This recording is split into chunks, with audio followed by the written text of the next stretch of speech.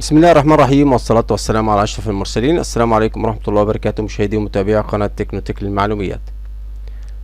طبعا الذكاء الاصطناعي يا جماعة دخل في كل مناحي الحياة، ونادرا لما تلاقي مؤسسة أو هيئة أو شركة لا تستخدم الذكاء الصناعي. تقريبا معظم الشركات والمؤسسات بدأت تستخدم الذكاء الاصطناعي في عمل صور، تصميمات، حتى احنا كمنشئي المحتوى بدأنا نستخدمه في عمل كتابة المقالات، او حتى عمل الصور الخاصة بالصور المصورة خاصة باليوتيوب، او صور خاصة بالمدونة او المقالات. في ناس بيستخدمه في عمل الاكواد او حتى قوالب البلوجر.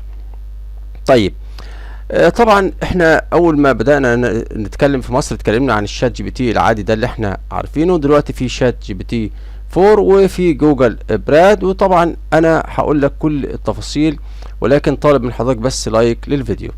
الموقع ده بقى يا جماعة اللي انا هديهولك، وهتلاقي رابط الموقع في وصف الفيديو، هيديك كل ادوات الذكاء الاصطناعي وبشكل مجاني، كل ادوات الذكاء الاصطناعي وبشكل مجاني، وكمان هتقدر تستخدمها حتى من غير تسجيل دخول.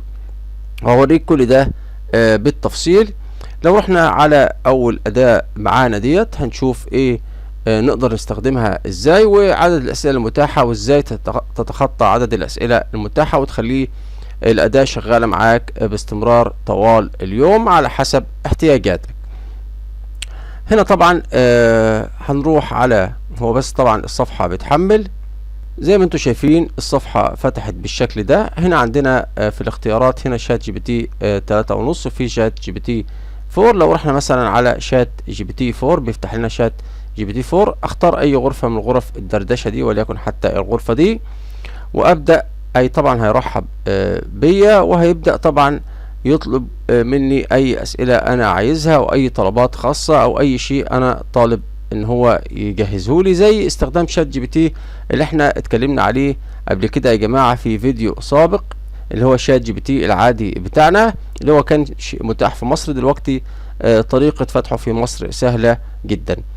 لو انا طلبت منه مثلا عايز طلب جيد كده عشان نبدأ نشوف الامكانيات، وانا قلت له مثلا اعطيني كود جافا سكريبت، نقول مثلا كود، معلش انا اسف، كود، اعطيني كود جافا سكريبت. ممكن نقول له مثلا لقالب لمدونة بلوجر، وكمان عايزين نقول له ان القالب ده يكون فيه يتوفر على مكان للإعلانات، ومثلا وشريط مهام، وكمان أداة تنقل وأداة تنقل. يكون يعني ايه قالب إلى حد ما جيد. ونشوف كده هيرد علينا يقول لي ايه. هو هنا بيقول لي اهوت هذا هو مثال. انت طبعا بتكتب الإضافات اللي انت عايزها في القالب بالكامل عشان هو يجيبها لك بالتفصيل. هنا بيقول لي مثال كيفية إنشاء قالب بلوجر يتطلب مكان الإعلانات وشريط مهام وأداة تنقل باستخدام جافا سكريبت. زي ما انت شايف هنا بيديك القالب بأكمله. تاخد انت بقى لو عايز تزود عليه أي إضافة أخرى، لو عايز أكثر تفصيلا اكتب له أكثر تفصيلا للقالب اللي انت عايزه. مثلا لو عايز تكتب فيه مثلا ان هو فيه كود متابعة للمدونة، او نموذج اتصال بيك، او اتصال بصاحب المدونة، وهكذا. طبعا ده هنا وفر علي وقت ومجهود جدا. ممكن انا كمان احدد كل الميزات والخصائص اللي انا طالبها في الكود.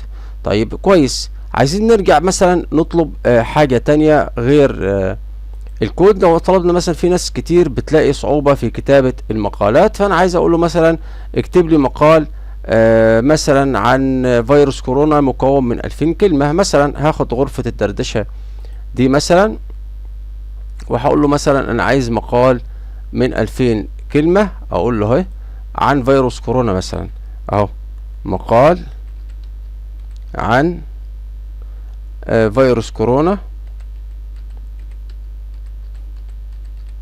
ماشي، مكون من مثلا او حتى 1000 كلمة، 1000 كلمة.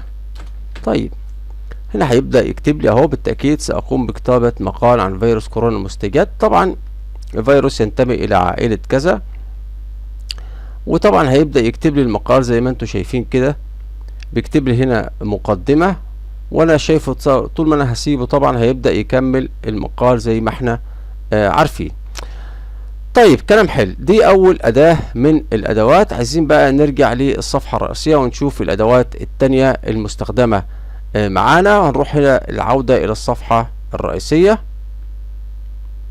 رجعنا هنا للصفحة الرئيسية ونبدأ نشوف. طبعا هنا كمان عندنا موقع ميدجورني اهو، ممكن نخش عليه لعمل الصور والتصميمات اللي احنا اتكلمنا عنه برضو في فيديو سابق خاص بيه في عمل الصور بالذكاء الاصطناعي. موقع ميدجورني هنا طبعا متاح ليك برضو بشكل مجاني يا جماعة، بيفتح معانا بالشكل ده. طبعا احنا بنستخدمه في عمل البوستر او صور بالذكاء الاصطناعي او غلاف كتاب. بتكتب هنا طبعا كل اللي انت عايزه بيجيلك. وتعالى بس عشان وقت الحلقة نرجع نشوف الادوات التانية. هنعود العودة الى الصفحة الرئيسية. كنت انا قلت لك قبل كده ان ممكن تستخدم الادوات دي بشكل كامل وبشكل مستمر. لو رحنا هنا على الموقع اللي بدأنا فيه نفس الاداة، عشان احنا قلنا قبل كده ان انت ليك في كل 3 ساعات حوالي 5 اسئلة، وانا قلت لك ازاي هتستخدمه بشكل مستمر بدون حد اقصى. هروح هنا طبعا على خانة القفل دي، علامة القفل اللي فوق. ركز مع السهم يا جماعة اهو انا بحركه. روح على علامة القفل دي كده، هتلاقي هنا في حاجة اسمها ملفات تعريف الارتباط، وتروح الى ادارة ملفات تعريف الارتباط دي. هتمسح الحاجة الاداة او ملف تعريف الارتباط الخاص بالموقع اللي كنا فاتحينه، زي هنا شات اهو 44. هنا تمسح دي وتمسح ده اهي كمان، وتعمل هنا تم، وترجع للصفحة الرئيسية كده. هتفتح معاك الادوات كلها وتستخدمها برضو اكنك لسه بتفتح جديد، اكنك ما سألتش ولا سؤال قبل كده. معانا هنا كمان يا جماعة جوجل بيرد، طبعا اللي هو الشات بتاع جوجل اللي انشأته جوجل، وطبعا لإعطاء الاسئلة والردود باللغة الانجليزية. بيفتح معاك بالشكل ده كده يا جماعة. هنا طبعا بتسأله اي سؤال، ولكن لازم تكون عارف ان الاسئلة هنا باللغة الانجليزية والاجابات باللغة الانجليزية. لسه طبعا لم يدعم اللغة العربية. طبعا هنرجع بقى للصفحة الرئيسية. دي كانت فكرة سريعة عن كل الادوات اللي موجودة في الموقع ده من ادوات الذكاء الاصطناعي وطريقة استخدامها. اتمنى اكون افدتكم. بشكركم شكرا جزيلا، والسلام عليكم ورحمة الله وبركاته.